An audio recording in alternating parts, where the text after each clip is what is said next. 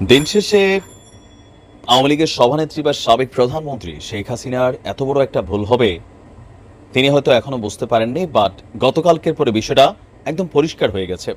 হয়তো এখন high high করছেন, আহারে কেন করলাম এত ঝামেলা, যদি এই ঝামেলাগুলো না করতাম তাহলে ডক্টর ইউনূসের মতন একটা ক্যারেক্টার এই মুহূর্তে প্রধান উপদেষ্টা হওয়া, আর তার বিপরীতে বাংলাদেশে এমন কোনো মাইকা লাল ছিল না আন্তর্জাতিক অঙ্গনে যতটা সমাদৃত বা যতটা তিনি পরিবেশটাকে শান্ত করতে পারছেন বা সাহায্য সহযোগিতা আনতে পারছেন সেইটা পাওয়ার মতন। সাবেক প্রধানমন্ত্রী শেখ হাসিনা যখন সেই 111 সরকার আসছিল, আপনাদের খেয়াল থাকার কথা, -2 ফর্মুলাতে ফখরুল মঈনুদ্দিনের সরকার যখন আওয়ামী লীগ এবং বিএনপির দুই নেত্রীকে কারাগারে রেখেছিল, সেখান থেকে তৎকালীন সময় একটা সরকার গঠনের চেষ্টা চলছিল।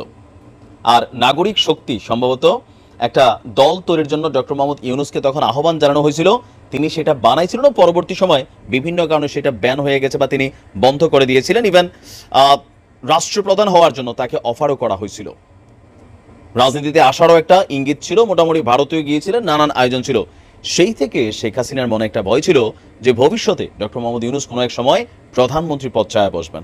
এরপর নোবেল থেকে শুরু করে নানান ইস্যুতে ডক্টর ইউনূসকে নানান কটাক্ষ ছিল, পদ্মা সেতু থেকে শুরু করে ফাইনালি তাকে আদালত মানে অনেক চক্কর টক্কর কাটে একটা কঠিন পরিস্থিতি তৈরি হয়ে গেছিল। কিন্তু সবাইকে চমকে দিয়ে আজকে ডক্টর মোহাম্মদ ইউনূস, শেখ হাসিনা যেটা ভাবছিলেন যে ডক্টর মোহাম্মদ ইউনূস প্রধানমন্ত্রী হবে, রাষ্ট্র ক্ষমতায় বসবে, নতুন রাজনৈতিক দল করবে, কিন্তু সেই বিষয়টা পানির মতন ক্লিয়ার করে দিয়ে তিনি আন্তর্জাতিক অঙ্গনে বক্তব্য দিলেন যে আগামী জাতীয় সংসদ নির্বাচনে প্রতিদ্বন্দ্বিতা করার কোনো পরিকল্পনা নেই ডক্টর মোহাম্মদ ইউনূসের। মানে আমরা অনেকেই বলছিলাম যে একটা রাজনৈতিক দল তিনি গঠন করবেন, কিন্তু প্রতিনিয়ত পরিবর্তিত রূপরেখা আসছে। হয়তো সাধারণ যারা আছে ছাত্ররা, বৈষম্য বিরোধী, কেউ বলছেন গণতান্ত্রিক ছাত্র শক্তি বা আরো বিভিন্ন নামে সার্জিস বা হাসনাটা দল করলেও করতে পারে, বিভিন্ন রকম ইশারা ইঙ্গিত তারা দিচ্ছেন। কিন্তু ডক্টর ইউনূস বলে দিয়েছেন যে ভবিষ্যতে কোনো দলের প্রধান হয়ে অথবা রাজনীতিতে নিজে আসবেন না, প্রধানমন্ত্রী হওয়ার কোনো ইচ্ছা তার নাই। আন্তর্জাতিকভাবে প্রশ্ন করা হয়েছিল নির্বাচনে আপনার অংশগ্রহণের পরিকল্পনা আছে কিনা, এমন প্রশ্নের জবাবে ডক্টর ইউনূস বলছেন, আমাকে দেখে কি মনে হয় আমি নির্বাচনে লড়ব?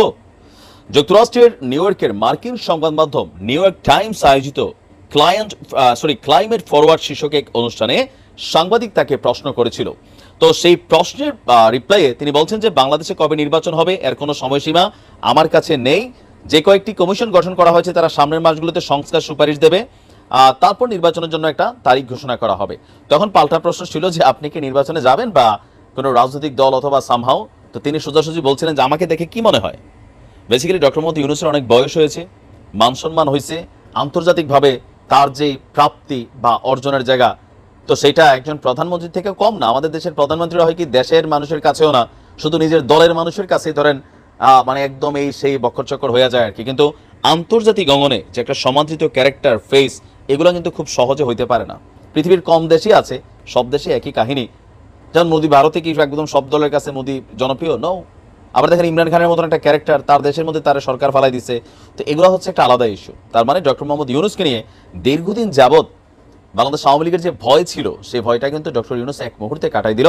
আওয়ামী লীগের ক্যালকুলেশনটা এখানে একটা বড় রং ছিল, আরো বড় রং ছিল বৈষম্য বিরোধী আন্দোলনের সময় আবু সাইদের মৃত্যুর পর যে কয়েকটা লাশ পড়ছিল প্রথম 6 জনের, ওই সময় অনেক বলছিলাম যে বিষয়টাকে শেষ করেন, রাজাকার ইস্যুটাতে ক্লিয়ারেন্স দিয়ে দেন, এটা কিন্তু অনেক বড় দূর চলে যাবে। রেজাল্ট আজকে সামনে। তো ডক্টর মোহাম্মদ ইউনূস তিনি রাজনীতি কইরা আইসা কোনো দলের প্রধান হবেন সেখান থেকে তিনি সরে এসেছেন। এরপরে কখনো আসলে সেটা নিয়ে কথা বলা যাবে, বাট যেহেতু তিনি ইন্টারন্যাশনাল মিডিয়াতেই বক্তব্য দিয়েছেন, সুতরাং বোঝাই যাচ্ছে তার ভিতরে পরিষ্কার আছে তিনি আসবেন না। তো দেখা যাক, ভালো থাকুন, আসসালামু আলাইকুম।